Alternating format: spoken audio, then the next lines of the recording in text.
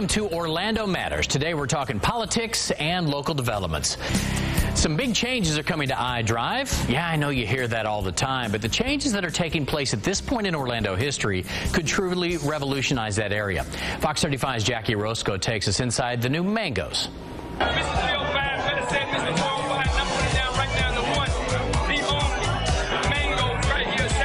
Move over South Beach. Another Mangoes Tropical Cafe will be built in the heart of the tourist district in Orlando. Incredible location on International Drive right at Sand Lake Road at the Orange County Convention Center and right off of I-4. Construction is underway to build a 55,000 square feet Latin-style restaurant nightclub. This is how it will look like when it's completed. Lunch, dinner and show, that's a very family-friendly affair, and then a fully driven nightclub that is mostly based on the great rooms of yesteryear with a Latin theme, and then also brings in that 21st century awesome nightclub. Mangoes is also right between the Orlando Eye and the brand new skyscraper at Skyplex. The same developers are building the indoor theme park that will feature the tallest vertical roller coaster in the world, 570 feet tall. That is set to open in 2017. The developers are also building their very own parking lot next to the Mangoes restaurant. The entire property was purchased in 2012. Joshua Wallack says the $30 million project is a family affair. It's designed by my father, David Wallack, the owner of Mangoes and the and L2 Studios. Amazing design and fixtures, and it's just a top-notch facility. It'll be a beautiful space. The Miami-style nightclub is set to open next summer. Reporting on iDrive, Jackie Orozco, Fox 35 News. All right, looks very exciting there, so we're going to talk more about it right now. We have Joshua Wallack here to discuss the big developments. You just saw him in the video. Good to see you. Appreciate you being here today. Thank you very much. Great. All right, let's talk about the projects here. People, I think, hear iDrive, and if they don't go down there very much, they think, okay, that's kind of down there in that tourist area. Where exactly are your projects going to be? Well, they're right on the corner of International Drive and Sand Lake Road. We're catty corner. We have our Mangoes Tropical Cafe, which is opening this summer. It's a 60,000 square foot restaurant nightclub with its own parking garage. So it's going to be, there's going to be plenty of parking. People will be able to come right up from Restaurant Row and make a right into our parking garage and go to Mangoes and dance the night away. I've said time and time again on our morning show, Good Day Orlando, that the projects taking place right now are revolutionary. I know we've seen a lot of iterations about what's going on down there, but I've never seen this many projects at once. Do you agree? I mean, is this changing the face of iDrive in the tourist district down there? Absolutely. Right now, iDrive used to have attractions and entertainment 20 years ago in the 80s. When I remember being a little kid myself and going to Fun and Wheels and things like that. It's funny that we own it now. But right now, iDrive, it has the convention center and it has lodging and dining. That's what it's really good at right now. It's really lost its way as an entertainment destination, and what's happening is that the major developments that are going on bring that back and bring it back greater than ever. Do you need locals to go down there for this to be a success, or can it all be driven off tourism? Well, it's a good question. We want everyone to come, but we really believe that the locals are going to love what's going on iDrive, because we're really programming this to be cool and fun and have great parking and more mobility than they remember iDrive having. And the reason I say that is, again, you get a lot of people, especially Orlando North, who say, man, I don't want to go down there, it's too crowded. And if it's all just T-shirt shops, right, there's no real reason. Restaurants, why would you go down there? So why do Mangoes? Well, Mangoes is something that Orlando and iDrive and the whole tourist corridor has needed for a long, long time. One thing that we've lacked here, we have the most amazing theme parks, attractions, we have all the hotel rooms, we have thousands of restaurants, but we don't have nightlife here. And you ask any conventioner that's walking up and down iDrive after 9 or 10 o'clock, hey, what do I do? There's really not much to tell them, because it's downtown is a long drive away, and sometimes the conventioners really don't know how to get there or what to do. So you really need to have these options on iDrive in order for Orlando to become more competitive with other convention destinations that offer lots and lots of entertainment. I know a lot of people think anything you put up in Orlando right now is going to go. I'm sure you've seen numbers of tourism. What are you seeing in the future that supports your belief that, all right, we have to develop more along I-Drive?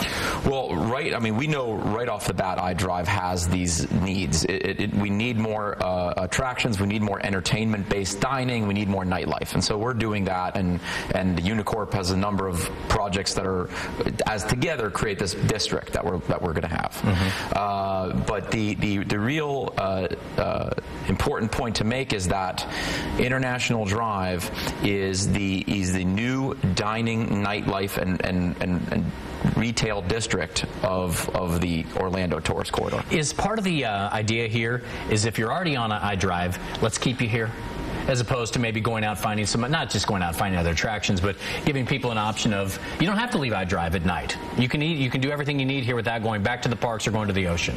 Well, that's true, but I think it's more of just the myriad of all the things, because, you know, I-Drive is important, but so is Walt Disney World, so is Universal Orlando, so is all the different aspects that make this tourist corridor so important and so competitive, again, with going to Las Vegas or the Bahamas or somewhere else on your vacation, Hawaii, for example. I think Orlando, altogether, we compete with these other vacation destinations for the entire world.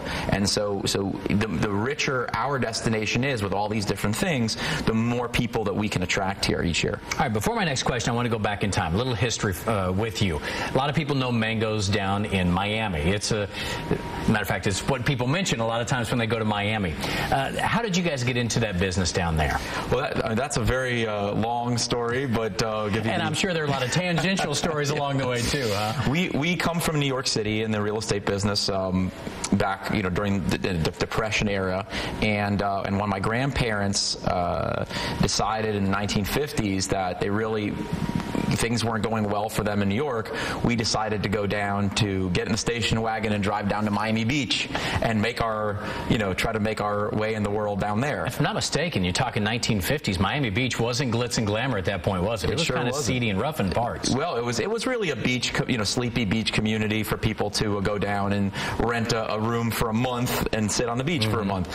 And we bought two properties on 9th Street. One was on Collins Avenue, those on Ocean Drive. And one of these properties that we bought on Ocean Drive is Mango's Tropical Cafe today. We've owned it since the 1950s. So your family obviously been in development a long time. Yes. What about the changes down there over that time period? Amazing. So it did go from a quiet community. And I remember when the rough area, I remember seeing the pictures of when it got rough for a little bit, Miami Beach, South Beach. Surely. And then you saw, when Versace came in and the rehab, the modeling era. Early 90s. Yeah, all that's happened while you've been on that property, right? Absolutely.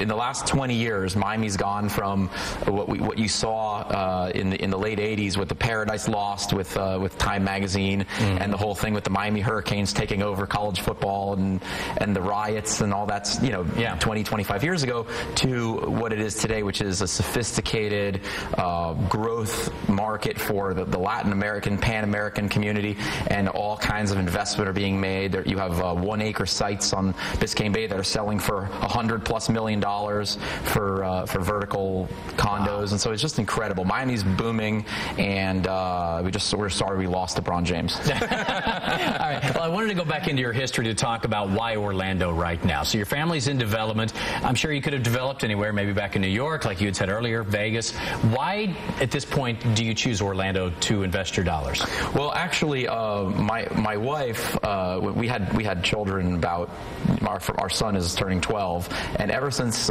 he was about 6 months old, we've been coming up here to Disney and vacationing. And I had loved Disney my whole life. I can actually remember being a little boy and not being able to sleep the night before we got in the station wagon and drove up to stay at the Hojo's and go to the Magic Kingdom back in the same memory I have. In the almost early, the exact same one. I'm sure a lot of people have that. And I always loved Orlando. And once you start to study this market and see how incredible it is, it's not like the Las Vegas Strip where everybody's on the same street and you can see everybody. It's much bigger than that, but it's all spread out.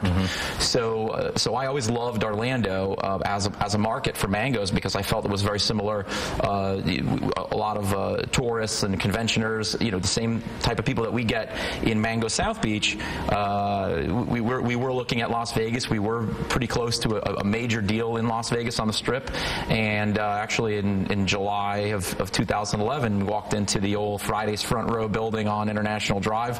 It had a for lease sign in the window. The gates of iDrive, where the convention center is, have this big, empty building sitting there. And I walked in, and I look up at this ceiling. I see 45-foot ceilings, and and I could just sort of visualize it all gutted. Were you looking for a Mango's type place, yes. or so I was going to say, or did the building come open and you're like, wow, yeah, we could recreate Mango's? So you had Mango's in mind before you found the property? Absolutely. I toured iDrive, and actually the first place we went to was the old Houlihan Sizzler that's being bought by Del Frisco's right now across the street from Point Orlando. But that was a little bit too small for us. We needed more of a show place. When you hear the number 56 million tourists coming to town, I think that was last year number, the projected it's going to get somewhere around there. Yeah. What comes to your mind when you hear 56 million people? I hear 65 million and 70 million people because Visit Orlando is working very hard to open up even more markets. So it's just going to keep growing and growing and growing. But that many people, if you can do something well and you have good access, good parking, good location, and you can create some critical mass, you'll have a great business here. All right, we have a lot more to talk about, including parking, like you mentioned, getting up and down iDrive. Yes. So we have a lot more coming up right here on Orlando Matters.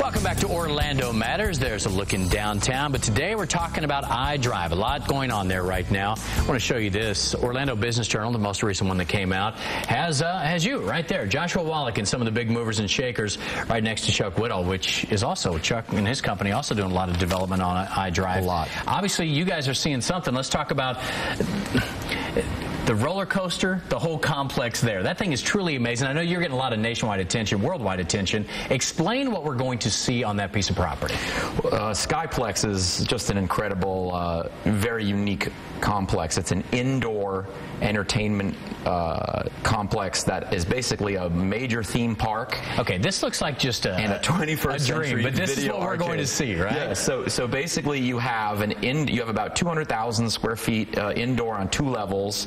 You have video games. You have all kinds of simulators and attractions. Bars, this is ridiculous, right? In a good way. In a good way. And then you have the world's tallest roller coaster, and at the top of that tower, you have an observation deck and a restaurant. Did you ever think? And this would be that's the inside of Skyplex. So you are inside of an entertainment complex. Let it rain, let it storm, let it lightning outside. Doesn't matter. That's a good idea, especially in Orlando with the summertime storms. I mean, you have an option right there. Your father also the development partner with this, right? Yes. My father, David Wallack, is a business partner from the very beginning, and it's really Mango's was his big idea, and together we've come up with Mango's Orlando, and we're all working on Skyplex together. It's really a family affair. Yeah, guys, let's show that video once again here. Did you ever, or your father ever think, hey, we're going to be in the roller coaster business one day? How did that come about? Well, actually, it was amazing. We found the building on iDrive, and my dad told me, he said, Josh, I'm not going to close on this building until you find me a parking lot. And I went on Google Earth and I found the old Fun and Wheels property. And I said, whose property is this? And we were able to make a deal with the owner. So he went ahead and we went through with it. You gonna ride this thing? Oh, I'm gonna ride this thing every morning around 8 a.m. I'm giving up coffee. Hey, I want to do Good Day Orlando on that with the camera. That'd be a lot of fun one morning. It is really going to be one of the most thrilling roller coasters in the world. It's called the Polar Coaster, designed by U.S. Thrill Rides, local company built in Michael Kitchen here in Windermere. They're actually based, and basically it's taking their concept of the Polar Coaster, which we call Skyscraper, and putting it inside of an indoor park. So basically, you get on Skyscraper and get off down inside of the arcade. Wow. The only way to get to the top with the observation deck and the restaurant is via glass elevators from the inside of the arcade. And when are we going to see that again? 2017. So a couple years out. Yeah. A few years out. Yeah, okay. We're going to break ground this year, though. This year, that tower is going to start going vertical. What are some of the biggest challenges you're facing with development? I know we have a lot of developers up early, business people here in town. What are some of the challenges you're facing that you're overcoming right now to get all these projects going on iDrive? Well, it's really creating a vision that we can kind of march with. You know, and you can have what's called analysis paralysis, where you continue to overanalyze things and kind of walk in a circle for a little while. And we've, you know, sometimes that's good because you want to vet out all the issues and problems and big ideas that could come in. But it's sort of sharpening your idea and allowing to start cutting through the brush a little bit. So you want to make some headway while you're in development, and we are doing that right now. And we're actually using some of the best consultants in town to work with. I mean, if anybody was doing a major job like this, these are the people that you'd want to work with. So our team's world class. Some of the other issues on iDrive people have always noticed is it's not very walkable. It's a little tough to get from top to bottom. Parking can be an issue, and you're working on both of those. What are some of the things you're doing to kind of settle some of those issues? Well, I think it's important to know where you are and then where you want to be. So where we are right now is in a very suburban model, where the way the county's permitted things in the past is it's kind of given you an out parcel with your parking and expected everybody that wants to come to your business to drive up and there to be enough street parking for you to go in, find parking, and go in and eat and leave. And with all these attractions that are coming to iDrive and all these things that are happening, what you need to do is take that suburban model that you have where everybody drives and everybody parks and create more of a dense urban model where you have structured parking lots, like parking garages, where people can get in and park, then get out of their cars and walk. And that's how you achieve critical mass with a retail district. That area we're looking at right there is one of the biggest challenges, I think, because I think the numbers from FDOT say, 50,000 cars in that area right there. Yes. How do you get people across intersections like that with our pretty bad history of pedestrian versus cars? It's not good in this town. How do you accomplish that? Well, I don't think we'll ever have the wide sidewalks going all the way down iDrive to the convention center because there's just too many property owners and too many competing interests. So some areas of those sidewalks are going to remain narrow, even though I'd like to see 15 and 20-foot sidewalks going all up and down both sides.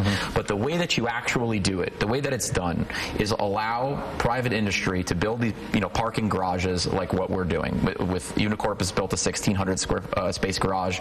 We're building 625 spaces at Mango's, and then we're going to be doing north of 2,000 spaces at Skyplex. And then to get people across, because you're saying, oh, bars, restaurants, we want everybody to come to iDrive. And you got to get there. Yeah, but what about when people want to cross the street?